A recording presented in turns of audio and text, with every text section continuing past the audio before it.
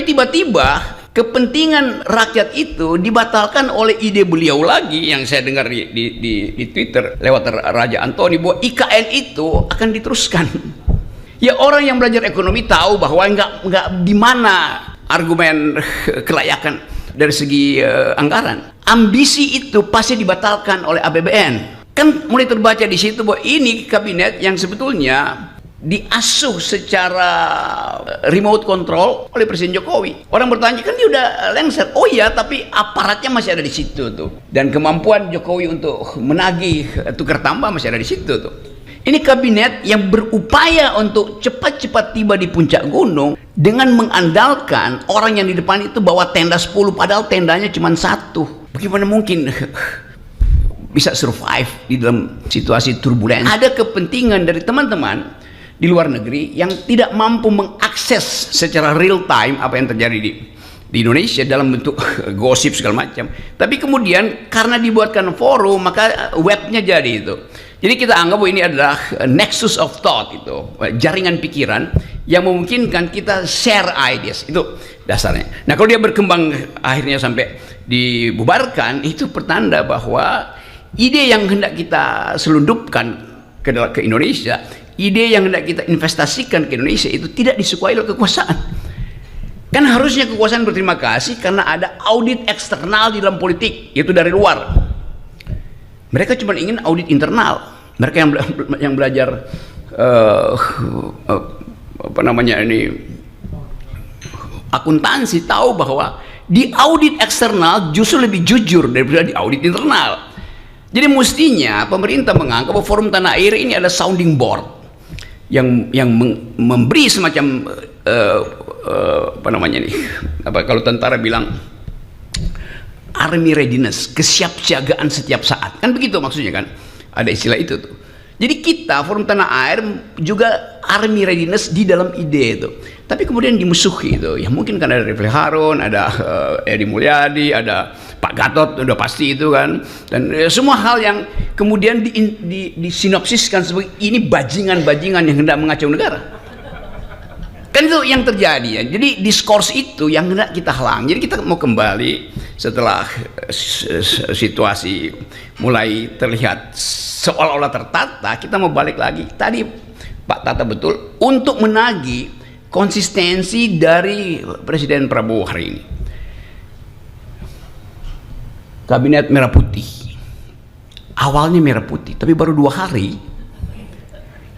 seorang menteri yang dibrief dengan baik oleh pakar-pakar luar negeri ketika di Hambalang, Menteri Desa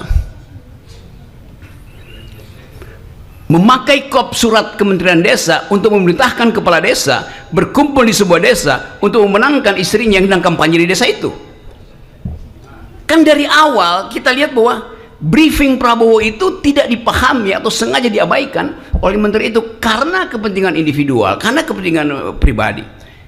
Jadi mestinya kalau kita pakai semacam prinsip, paradigmanya adalah rakyat yang diucapkan terus oleh Pak Prabowo.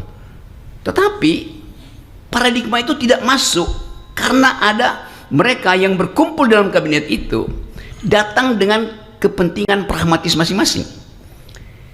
Ide di briefing intelektual, panggil semua pakar dunia. Salah satu pakar yang ngomong itu adalah perempuan tentang korupsi. Tetapi sang menteri bilang, ya ini cuman kertas ini kan tidak ada anggaran negara itu. Jadi dia nggak paham bahwa kertas itu yang harganya 200 perak ada tanda tangan menteri, efek katastrofi terhadap politik itu tinggi sekali. Jadi bayangin cara berpikir menteri desa itu. Kan mestinya dia ngerti bahwa dia nggak boleh sedikit pun memanfaatkan itu. Tapi dia kan nggak ada uang negara di luar. Tanda tangan dia itu adalah uang negara.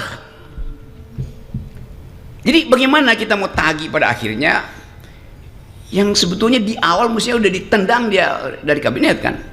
Jadi konsistensi itu yang tidak ada tuh. Nah itu kita mulai melihat bahwa kabinet ini dari merah putih mulai jadi merah pucat.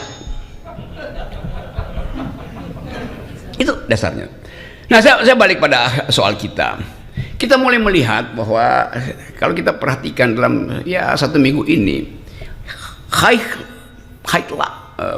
spot shot yang diberikan pada Prabowo itu sangat lebar besar. Artinya ada harapan dari rakyat. Bahkan Prabowo terbawa di dalam semacam megalomania bahwa dia akan berpihak pada rakyat. Dan mungkin juga Pak Prabowo merasa bahwa dia harus jadi sosialis pertama di Asia itu. Karena itu gabung dengan BRICS. Dia jadi sosialis pertama di Asia, karena itu makan siang harus ada di situ. Tapi tiba-tiba kepentingan rakyat itu dibatalkan oleh ide beliau lagi yang saya dengar di Twitter lewat Raja Antoni bahwa IKN itu akan diteruskan. Ya, orang yang belajar ekonomi tahu bahwa nggak di mana argumen kelayakan dari segi anggaran. Ambisi itu pasti dibatalkan oleh APBN. Nah, kita mulai berpikir bahwa yang tadi disinyalir oleh Pak Tata itu, mulai ada blocking di dalam kabinet ini yang diarahkan secara sangat sublim oleh presiden sebelumnya. Kan mulai terbaca di situ bahwa ini kabinet yang sebetulnya diasuh secara remote control oleh Presiden Jokowi. Orang bertanya, kan dia udah lengser. Oh iya, tapi aparatnya masih ada di situ tuh. Dan kemampuan Jokowi untuk menagih tukar tambah masih ada di situ tuh.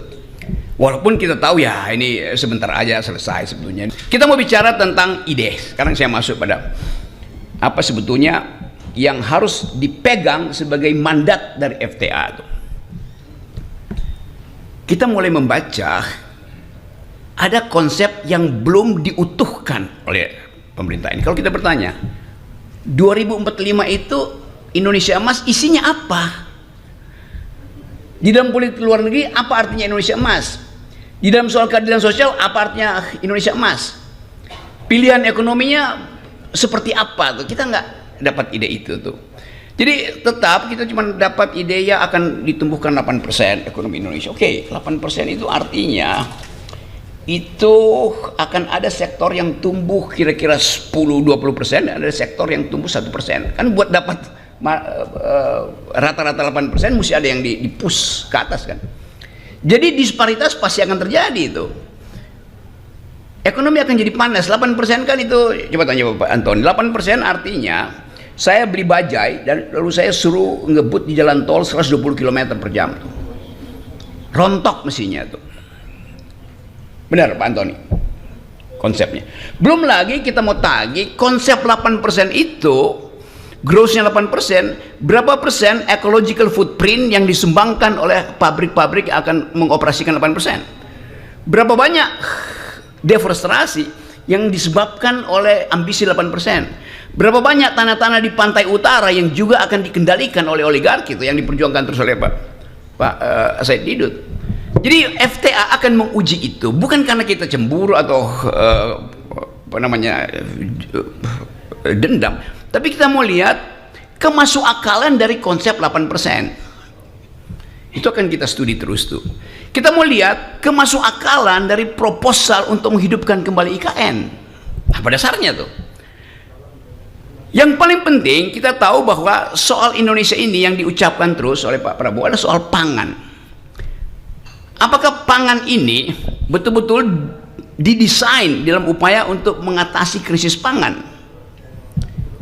Atau desain ini sebetulnya udah dibaca lebih awal oleh 2-3 orang yang menguasai ekspor impor pangan dan mulai menyodorkan sesuatu sebagai umpan untuk memperoleh kepentingan, keinginan di Papua, di Kalimantan.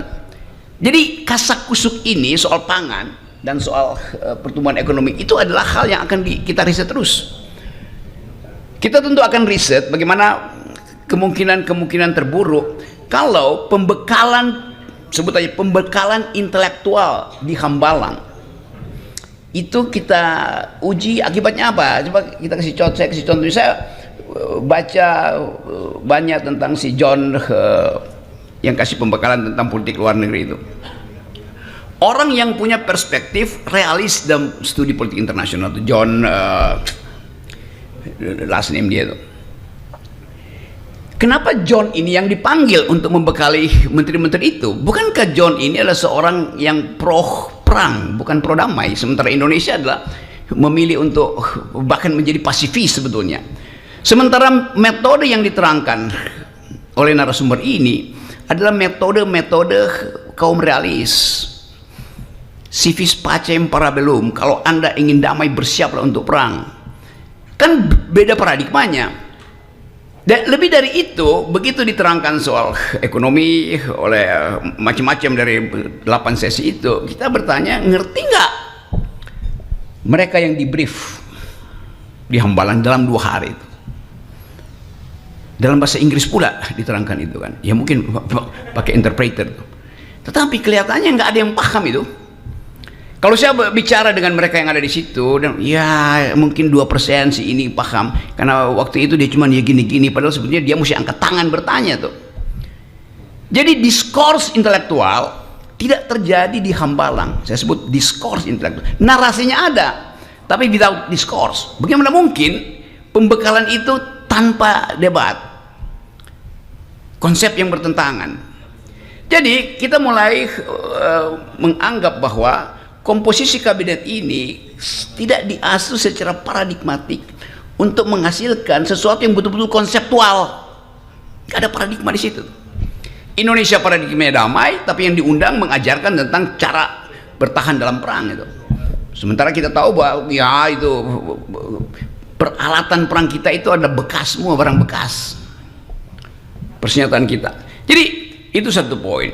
Sehingga saya menganggap bahwa ini tadi saya ngomong sama Ersben Arif, ini kayak orang naik gunung, karena saya suka naik gunung.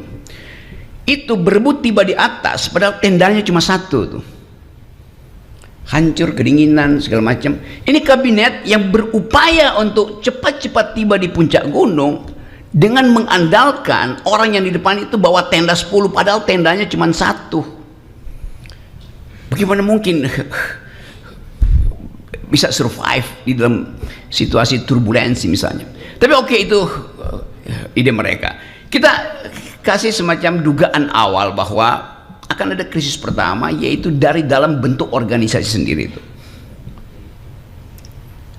Sementara ini terlihat bahwa ada kepatuhan pada Presiden Prabowo dibawa ke Magelang.